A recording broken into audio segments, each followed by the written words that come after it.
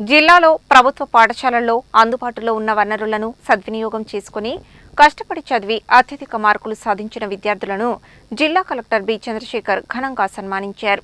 విద్యార్థులు చదువుతో పాటు క్రీడల్లో కూడా పాల్గొనాలని, తమకు నచ్చిన రంగాల్లో అభివృద్ధి సాధించాలని ప్రోత్సహించారు.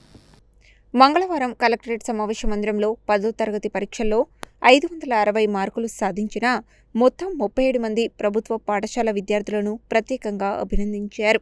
ఈ విజయానికి తల్లిదండ్రుల ప్రోత్సాహం మరియు ఉపాధ్యాయుల కృషి ప్రధాన కారణమని పేర్కొన్నారు.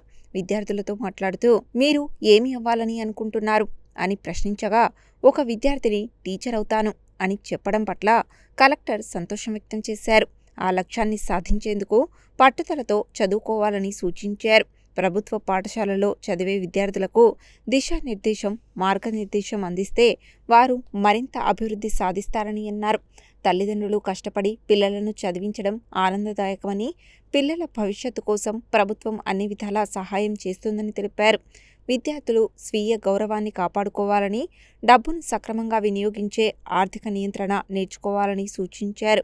మంచి పౌరులుగా ఎదగడానికి వ్యక్తిత్వాన్ని కాపాడుకోవడం ఎంతో ముఖ్యమని చెప్పారు. అనంతరం 37 మంది ప్రతిభావంతులైన విద్యార్థులకు సన్మాన పత్రాలు అందజేసి ఘనంగా సత్కరించారు. కార్యక్రమంలో ఉపాధ్యాయులు, తల్లిదండ్రులు, విద్యార్థులు పాల్గొన్నారు.